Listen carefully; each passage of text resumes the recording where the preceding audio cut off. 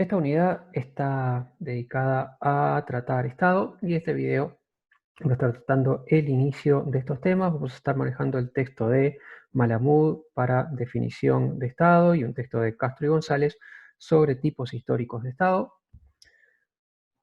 Dentro del temario general que tenemos para esta parte, lo que va a tratar este video son estas primeras cosas: definición de Estado moderno en base a Weber y tipos históricos de Estado, del cual vamos a estar viendo el primero que vamos a tratar, que es Estado absolutista.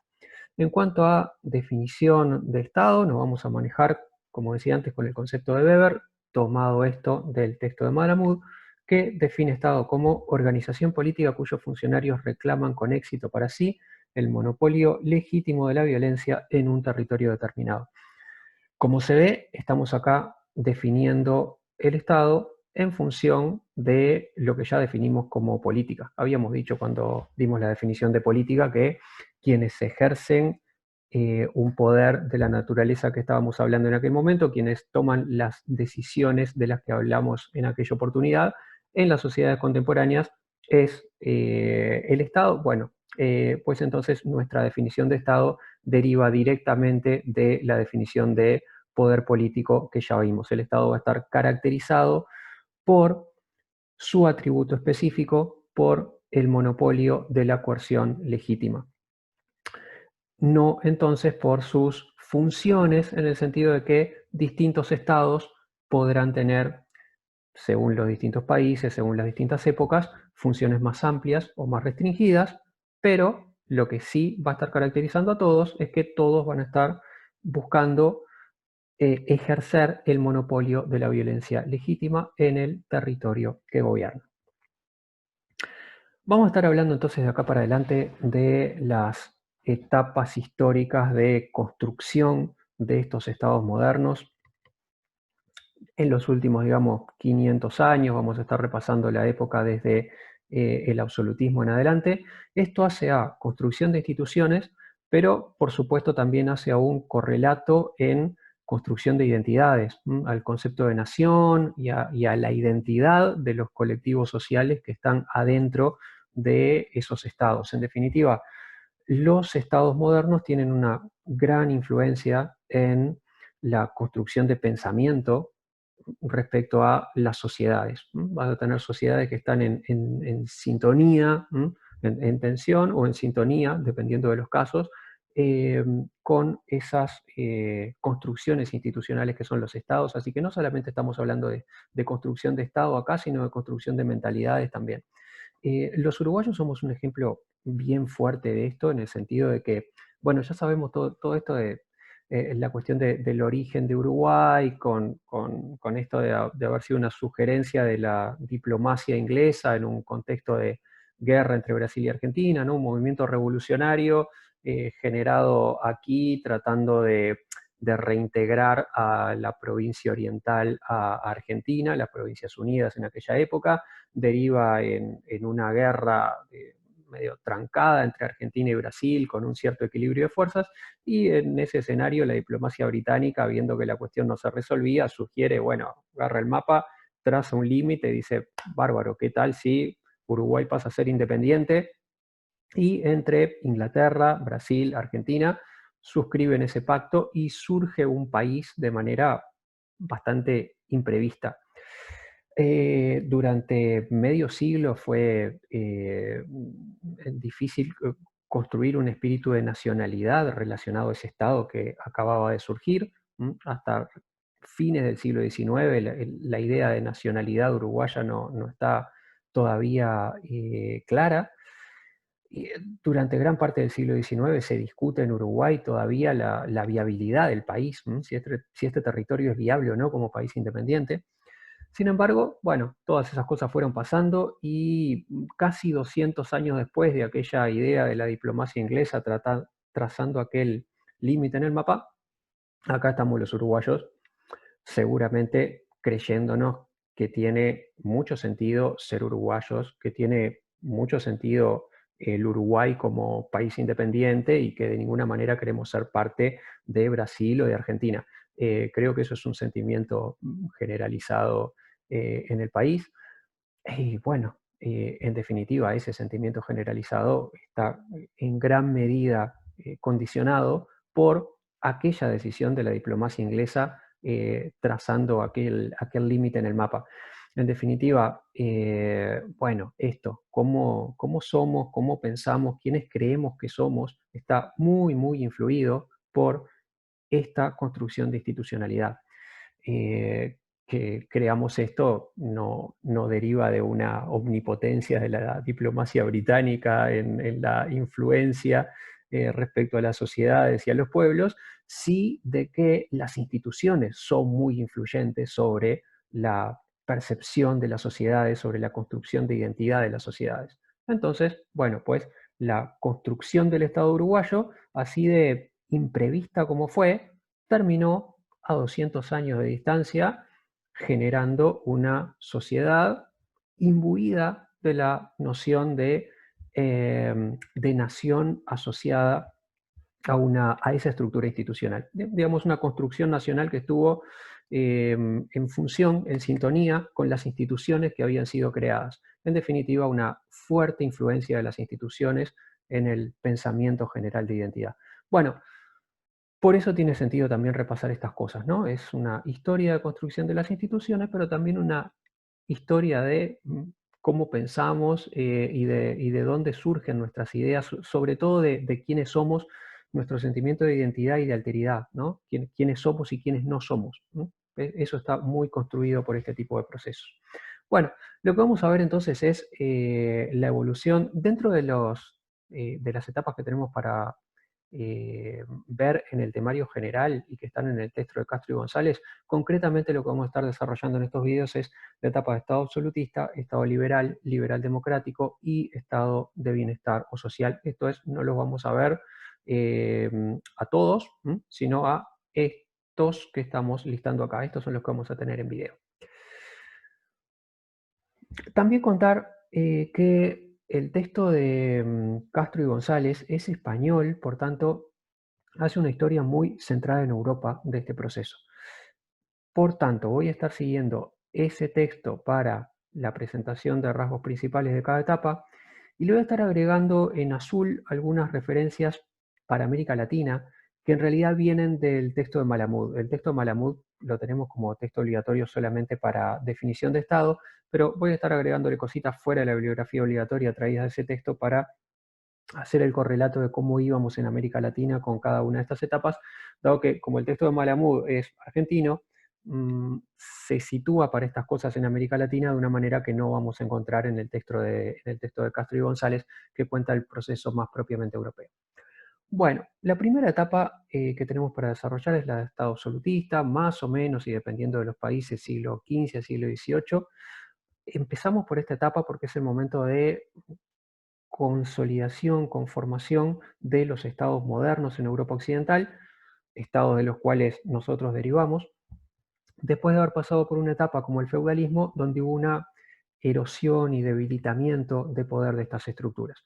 Como la etapa del Estado absolutista es una etapa de reforzamiento, de resurgimiento de estructuras de poder fuerte en este sentido, por eso nuestra historia va a arrancar desde ahí. ¿Qué caracteriza el Estado absolutista? Entonces, bueno, básicamente la centralización y unificación del poder. Centralización y unificación del poder respecto a la etapa feudal previa en todos estos sentidos. En un sentido político, porque hay una concentración progresiva de poder en el rey, en el monarca, que empieza a constituir un funcionariado propio, empieza a constituir un ejército propio, ambos pagados por impuestos, que empieza a cobrar centralmente el monarca propiamente, y eso sustituye el tipo de autoridades y estructuras propias de la etapa feudal previa. Sustituye a las relaciones de vasallaje que habían sido la forma de estructurar autoridad durante el periodo feudal y que estaba basado en juramentos personales de fidelidad. En vez de juramentos personales de lealtad, vamos a pasar a tener una estructura institucional donde el conjunto de la gente responde a esas instituciones y esa autoridad no está intermediada por pactos personales y juramentos de fidelidad personales en la cadena de autoridad de un escalón a otro. Es una de las debilidades de la autoridad en el esquema feudal dependías en cada escalón de que el escalón de abajo te respondiera en términos de los juramentos de fidelidad persona a persona que se habían hecho. Por otro lado, esta época va eliminando los fueros especiales, las autonomías especiales, en algunos casos semi-independencias que tenían cada uno de los sectores de un país. Durante el feudalismo las ciudades tenían un esquema de gobierno propio, los señores feudales tenían cada uno una situación de autonomía o semi-independencia respecto a los reyes. La iglesia también tenía su estructura de autoridad, algo autónoma respecto a las autoridades del país, y lo que hace el absolutismo es ir haciendo tabla rasa con todas estas estructuras de autoridad y centralizando toda la autoridad en el monarca. Como correlato de esta centralización política hay también una centralización y unificación en el plano legal. Los países pasan a tener un único esquema de leyes para todo el país, algo que previamente no existía. Los esquemas legales solían estar también fragmentados por región. Se conforman territorialmente los países tal como los conocemos ahora, unidades territoriales coherentes en el mapa, dejando de lado la fragmentación que caracterizó la etapa feudal, donde cada zona de los países era semi-independiente y en qué medida respondía la autoridad de un centro de poder o de otro era algo bastante laxo y borroso. Bueno, las unidades territoriales dejan de ser borrosas y pasan a constituirse países claros, tal como ahora los conocemos.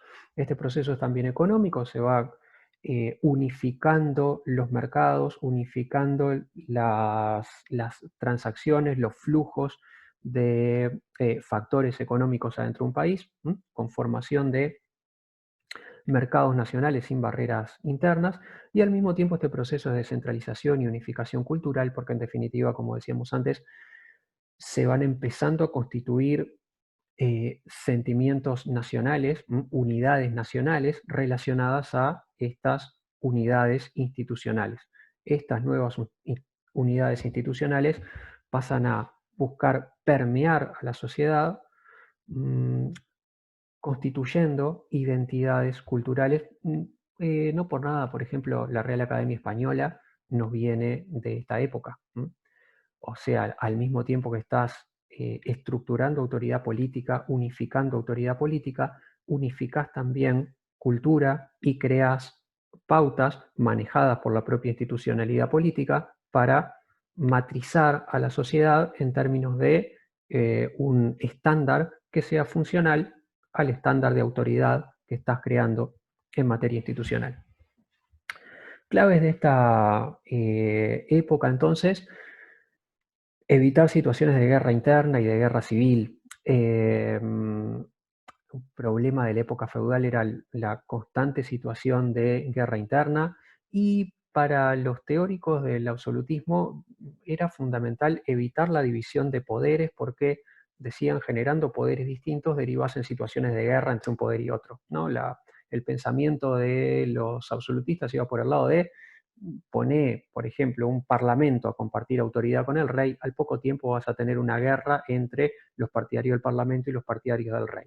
Entonces, el Estado absolutista era en buena medida una solución para concentrar la autoridad en una sola persona, de manera que dejaras de tener competencias de autoridad entre unos y otros y por tanto evitaras las situaciones de guerra interna que podían derivar de eso.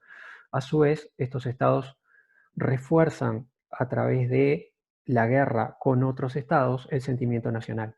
Se va a tratar de apagar la conflictividad interna del país, fortalecer identidad y dirigir los impulsos bélicos hacia afuera, que las guerras pasen a ser entre países y no entre fragmentos de países como teníamos en la etapa feudal.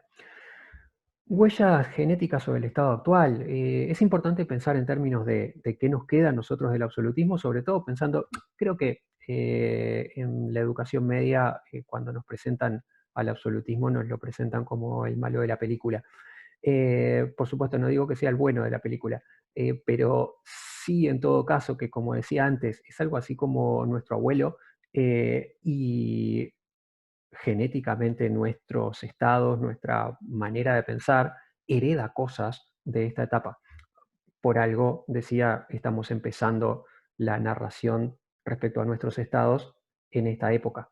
Tenemos cosas que nos vienen de acá, fundamentalmente nos viene de acá la unificación territorial bajo una misma autoridad, esto de pensar que un país es un territorio unificado bajo una estructura piramidal de autoridad y que todo el mundo responde a esa pirámide de poder. Cada parte responde sí o sí a quienes están en la cúspide de la estructura de autoridad y eso no está mediado por pasos intermedios. Esta idea de que no es que yo soy fiel a quien yo le juré fidelidad y que está inmediatamente por encima de mí, y después de ahí para adelante a quien responde ese es algo que ese verá.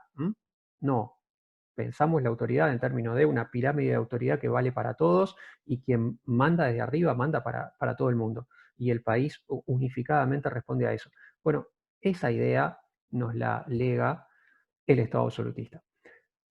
También por todo lo que decíamos antes, el concepto de Estado nacional. El concepto de Estado nacional de una nación que va a estar en relación con ese Estado, que va a ser en muchos casos construida a partir de ese Estado, desde esa institucionalidad, es algo que empieza a procesarse con el Estado absolutista fundamentalmente para los países de Europa Occidental. Legados problemáticos que quedan de acá, el tema de las garantías de ejercicio del poder. El Estado absolutista, para evitar situaciones de guerra interna, había centralizado la autoridad en una sola persona. Ahora, cuando entregás toda la autoridad a una sola persona y todo el resto queda despojado de ningún poder político, o despojado de todo poder político, la cuestión pasa a ser cómo controlás a la persona a quien le entregaste toda la autoridad. Bueno, esto es un problema que van a heredar, que va a heredar el formato posterior. El Estado liberal, formato que vamos a ver después de este, va a tratar de responder justamente a este tipo de cuestiones. Es algo así como que cada etapa de Estado responde a ciertos problemas, pero deja otros. La manera en que responde a unos problemas termina originando problemas distintos. El Estado absolutista buscó resolver los problemas de conflicto interno. El modo en que resolvió esos problemas de conflicto interno terminó derivando en generar problemas nuevos, como este de, bueno, ahora tenemos un poder muy clarito. Antes teníamos un poder, una estructura de poder que no era clara, ahora la estructura de poder está clarísima. Lo que no está nada claro es cómo diablos controlamos a este poder que generamos. Otro legado problemático va a ser que los estados absolutistas eran estados confesionales. Ya habíamos dicho que la religión antes era muy política. Bueno, los estados absolutistas estaban construidos con la religión como un asunto fuertemente político. Era parte de lo que daba unidad al país, la religión. Pero esto era un problema y sobre todo empezó a ser un problema más fuerte todavía cuando dentro del cristianismo se dividen aguas entre católicos y protestantes y un montón de grupos protestantes diversos. La reforma protestante y la división del cristianismo de Europa Occidental en distintas corrientes generó todo un problema para estos estados porque los estados pasaron a tener a partir de ahí a la población dividida en religiones diferentes. Esto entonces era un problema grande porque si quienes no tenían la religión del rey y la religión del Estado eran considerados casi subversivos en potencia, eh, bueno, ¿qué haces con esa situación cuando buena parte de tu población de pronto empieza a tener una religión distinta que la del Estado y que la del rey? Porque resulta que la religión que teníamos se fragmentó.